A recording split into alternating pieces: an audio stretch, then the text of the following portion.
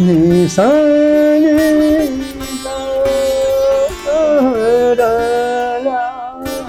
तुम सुर को इस ढंग से लगाओ कि तुम्हारे दिल पर जाके लगे। नाजिम हुसैन ने 6 साल से तबला शुरू किया, जाकिर हुसैन ने 3 साल की तबला से शुरू कर दिया था, और बिस्मिल्लाह खान साहब के साथ मैंने बजाया है। तुम खुद ऐसा करके आओ कि दुनिया पूछे कि तुम किसके बेटे हो। कुछ कहानियां किताबों में नहीं मिलती, वो शहरों की रूह में बसी होती हैं।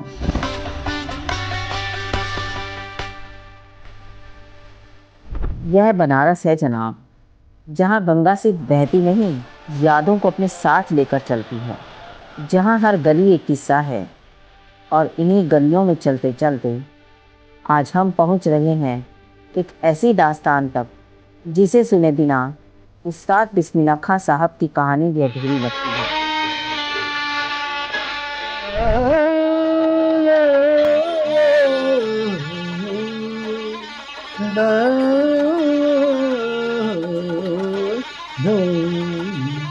आता सब है, बस अफसोस ये है कि शहनाई नहीं बजा सके, वरना ये अल्फाज था बिस्मिल्लाह खान साहब।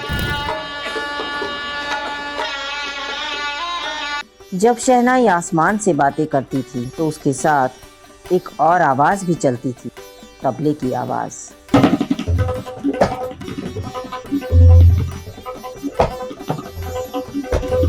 वो थाप जो सुरों को सहारा देती थी, वो संगत जो कभी सुर्खियों में नहीं आई, मगर जिसके बिना महफिल मुकम्मल भी नहीं होती थी, जिसकी जिंदगी का सबसे रोशन दौर अब सिर्फ एक याद बनकर रह गया। ये रत्न थे, इनको रत्न मिला, इसलिए ये बहुत बड़े महान है। विरासतनामा में हम उन्हीं यादों, उन्हीं दास्तानों और उन्हीं लोगों की तलाश में निकले हैं जिनके बिना इतिहास अधूरा है। आज की कहानी ऐसे ही एक फनकार की, उम्र महज 10 बरस और पहली प्रस्तुति जापान में। इसके बाद लगभग 4 दशक, एक सफ़र, एक रिश्ता, एक ऐसी संगत जिसने दुनिया भर के मंचों पर उस्ताद का साथ निभाया। उस्ताद के सबसे छोटे बेटे नाजिम हुसैन साहब।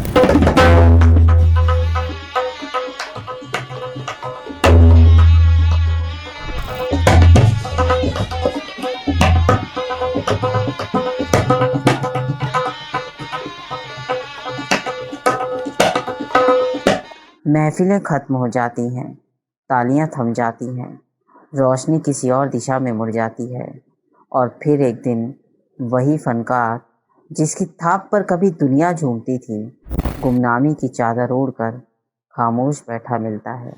आइए बनारस की इन्हीं गलियों, पान की महक, चाय की भाप, गंगा की रवानी और पुरवाई की नरम थपकियों के साथ चलते हैं और सुनते हैं एक ऐसी दास्तान जो सिर्फ एक तबला वादक की नहीं, बल्कि वफादारी, फ़न, विरासत और उन रिश्तों की है जो उस्ताद के जाने के बाद भी कायम है। तो मेरा नाम नाजिम हुसैन है और थोड़ा बहुत तबला बजाता हूँ, और बिस्मिल्लाह खान साहब के साथ मैंने बजाया है, इसलिए उनका नाम मेरे साथ जुड़ा हुआ है।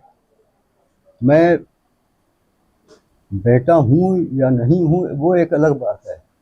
ऐसे इतने बड़े कलाकार के साथ मैंने संगत की, यही मेरी पहचान है। आखिर उस्ताद के जाने के बाद जिंदगी ने कौन सा राग छेड़ा, कैसी रही उनकी जद्दोजहद, क्या बचा यादों में और क्या छूट गया वक्त के साथ। 70 में 10-11 साल का रहा हूँगा, और जब वो गुजरे हैं तो आधी जवानी बचपना तो बीत ही चुका था। बहरहाल संगत भी किया, उनसे इल्म भी सीखा, बहुत सारी चीज़ें सीखी और डांट भी सुना कि बिस्मिल्लाह खां के लड़के या किसी, तुम खुद ऐसा करके आओ कि दुनिया पूछे कि तुम किसके बेटे हो। तो ये बात हमारे दिमाग में रहेगी, ये नहीं कि मेरे बाप हैं और ये है और वो नहीं, तुम खुद ऐसा करके आओ। तो उनके साथ घूमता रहा, बजाता रहा, लेकिन कभी उन्होंने इंट्रोड्यूस नहीं किया कि मेरे बेटे। लोग जब पूछते थे, हाँ साहब ये कौन है, हाँ ये मेरे लड़के हैं, और उनको तबले का शौक है तो भाई तबला बजाओ। लेकिन ऐसा ना हो कि लोग कहें कि हाँ ये बजाता है। इस मकाम पर पहुंचो, हमको बताना ना पड़े कि तुम कौन हो क्या हो। बिस्मिल्लाह खान साहब कहते थे ना तो मैं आंख देख करके दिल की बात पढ़ लेता हूँ, कसम खुदा की बता कर, अगर चेहरा देखते हैं दिल की बात पढ़ लेते हैं फट से।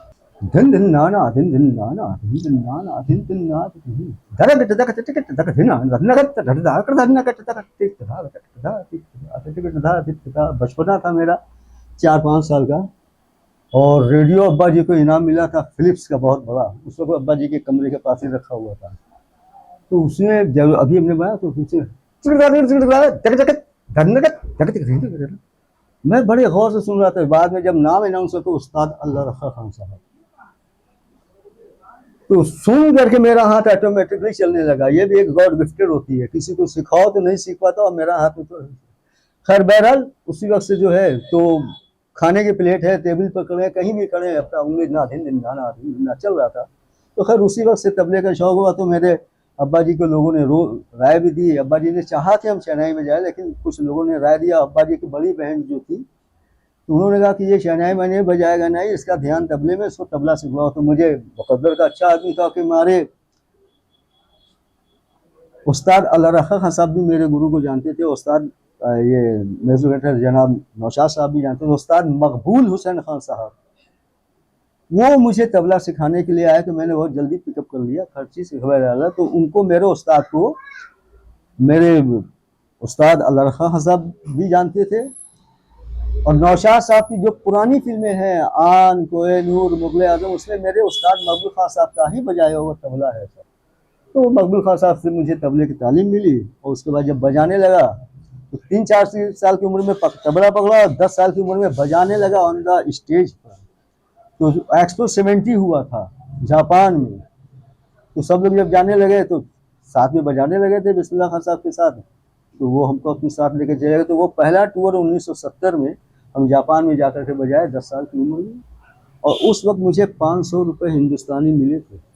निशाने दा तारा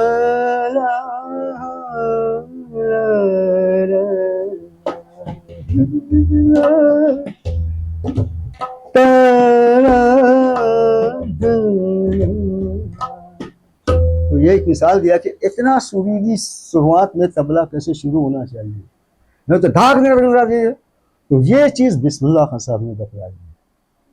इसके साथ एक प्रोग्राम में, बम्बई का प्रोग्राम था जिसमें हमारे बहुत हिंदुस्तान के मशहूर तबला नवाजा को बजाया था, और विलायत खान साहब के साथ जुगलबंदी थी बिस्मिल्लाह खान साहब की। पता चला कि वो आया, तो विलायत खान साहब ने कहा भाई वो बड़ा तबला नवाज है यार, हम लोगों को बजाना है, तो क्यों ना। हमने कभी विलायत खान साहब को उससे पहले नहीं बजाया था, सुनता है, लेकिन जब हमने बजाया उनके साथ तो अब्बा जी ने सिर्फ इतना ही कहा कि तुम संगत करोगे, रेला टुकड़ा नहीं बजाओगे। तो हमने संगत की, तो वो संगत इतनी पसंद आई कि मुंबई के बाद वो प्रोग्राम दिल्ली में हुआ, कलकत्ता में हुआ, हैदराबाद में हुआ, मद्रास में हुआ, उसके बाद लंदन में हुआ, न्यूयॉर्क में हुआ, जहाँ जहाँ भी विलायत खान साहब का और बिस्मिल्लाह खान साहब का प्रोग्राम हुआ, कोई यार तबले वाले को लिया ही नहीं सिवाय नाज़िम, क्योंकि उनकी मर्जी से बजा रहे थे ना। तो आर्टिस्ट खासकर तबले वाला अगर सोलो बजा रहा है तो वो अपनी मर्जी से बजा रहा है, लेकिन किसी के साथ अगर बजा रहा है तो उसको फॉलो करके ही बजाना पड़ता है।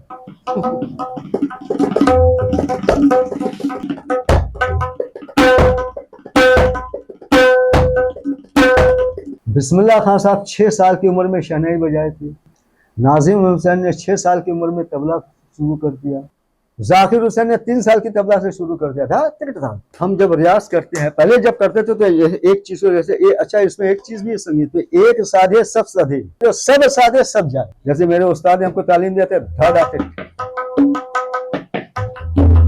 तो आज भी हम जब रियाज करने बैठते हैं तो पहला हमारा ये रिलेशन है धा। इसके बहुत प्रकार हैं।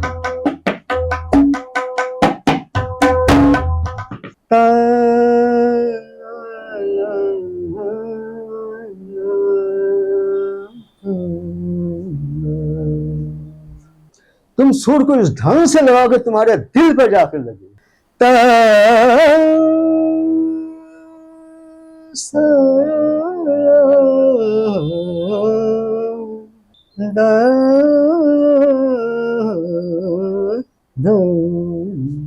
आता सब है, बस अफसोस ये है कि शहनाई नहीं बजा सके, वरना ये अल्फाज था बिस्मिल्लाह खान साहब का दुबई में अब्बा जी बजा रहे थे, बहुत अच्छी उनकी वो है धुन।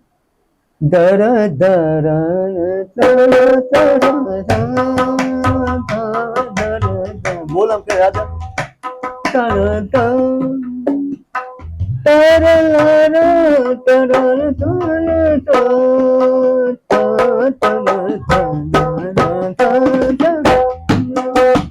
हम ऐसे ही बजा रहे थे, उसके बाद इस ये कहरवा है 6 मात्रा है, अरे दादरा है 6 मात्रा, इसी के बाद एक जगह आती है तो इससे ये 8 मात्रा है।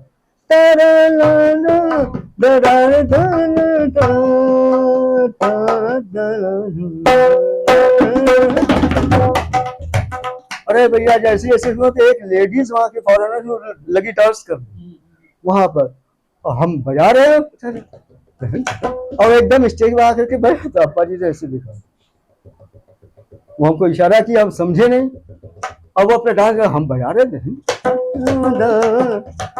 तुमसे कहना रहे बंद कर दो, एकदम ऐसे घूम के कर।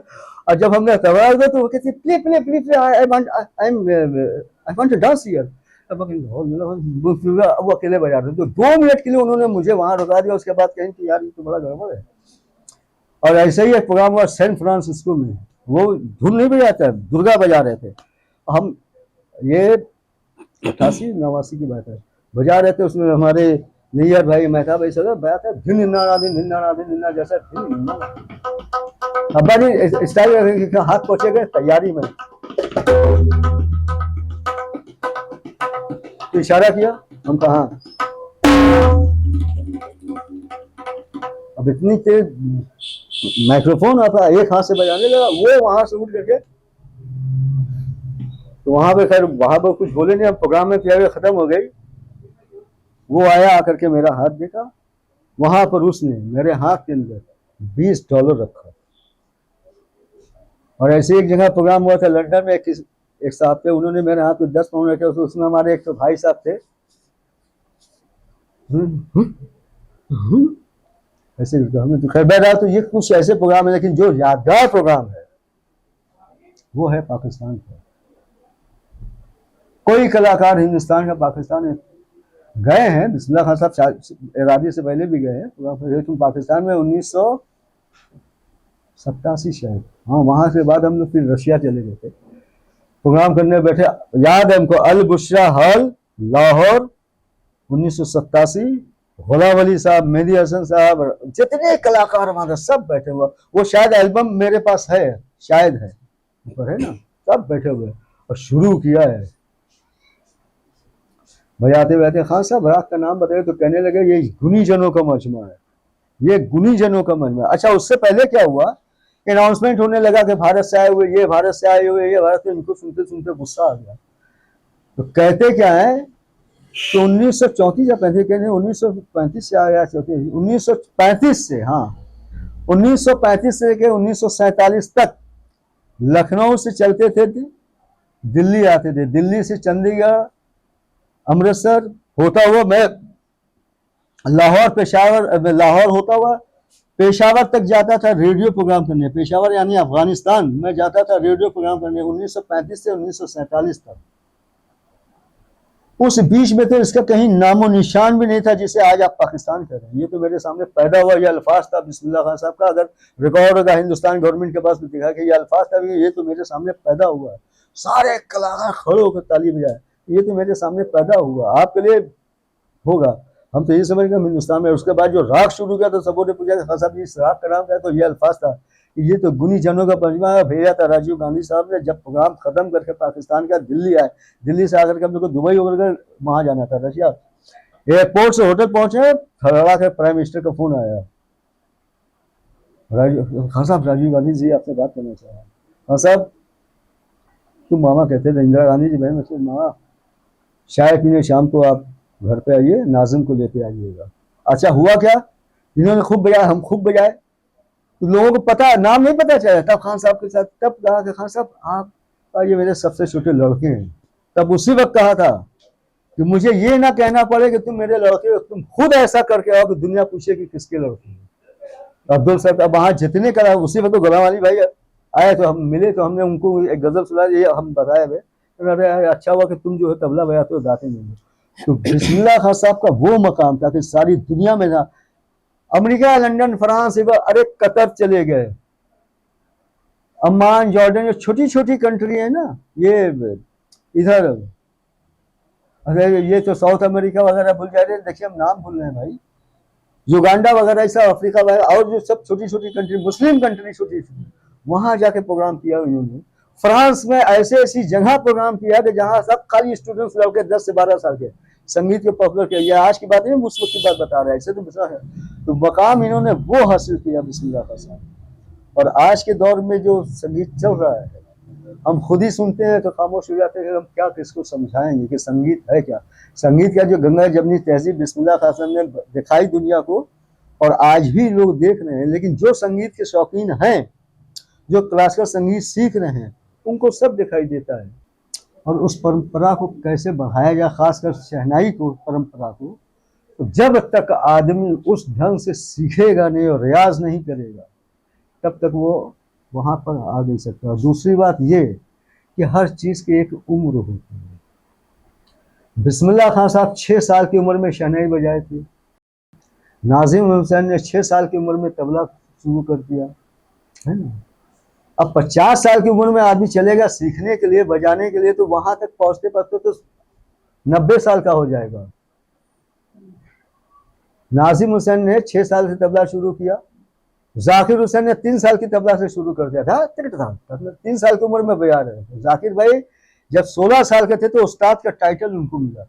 तो अब हम चलेंगे सीखने, बजाने, उस्ताद की तरफ पहुंचते पहुंचते तो मेरे ख्याल से हिंदुस्तान की आबादी पता नहीं कहाँ से कहाँ पहुंच जाएगी। समाज में आजकल कौन सा संगीत चल रहा है? 10 साल से लेकर के 30 साल के लड़के कौन सा संगीत का प्रोग्राम देख रहे हैं या सुन रहे हैं? 2-4 साल पहले कोई आया गा करके वो चला गया, कोई पांडा या ये, तो आजकल के लड़के यही सब सुन रहे हैं। क्लासिकल जो है उससे काफी लोग, खुद हमारी फिल्म इंडस्ट्रीज से क्लासिकल गाने खत्म हो गए। लता जी गुजर गई, आशा जी भी शायद गुजर गई है ना, सुमन कल्याण जी गुजर गई है। तो अब वहाँ इंडस्ट्री में जो उसके बाद की गायिका हैं वो लोग भी नहीं, कौन आ रहा, संगीत भी बदल गया इंडस्ट्री का, धाए गोली चल रही है। तो जब लड़के ये सब देखेंगे वो तो कहाँ सीखेंगे? उसके सीखने का यही है, खान साहब का जो म्यूजियम बनेगा, म्यूजियम नहीं बल्कि एक संगीत विद्यालय बनाऊंगा मैं, और हम उसकी देखभाल करेंगे। अब इससे बड़ा हम तोहफा और क्या दे सकते हैं अपने मरहूम बाप को। ये थे उस्ताद नाजिम हुसैन साहब, उस्ताद बिस्मिल्लाह खां साहब के सबसे छोटे बेटे, जिनकी कहानी सिर्फ एक तबला वादक की नहीं बल्कि वफादारी, फन, विरासत और उन रिश्तों की दास्तान है जो उस्ताद के जाने के बाद भी कायम है। अगर आपको हमारी यह कोशिश पसंद आई हो तो वीडियो को लाइक करें, शेयर करें और चैनल को सब्सक्राइब करना ना भूलें। फिर मुलाकात होगी एक और ऐसी ही अनकही, अनसुनी और अनमोल दास्तान के साथ। तब तक के लिए इजाज़त दीजिए। मैं हूँ सविता आनंद और आप देख रहे हैं विरासतनामा, कहानियाँ जो वक्त कहे।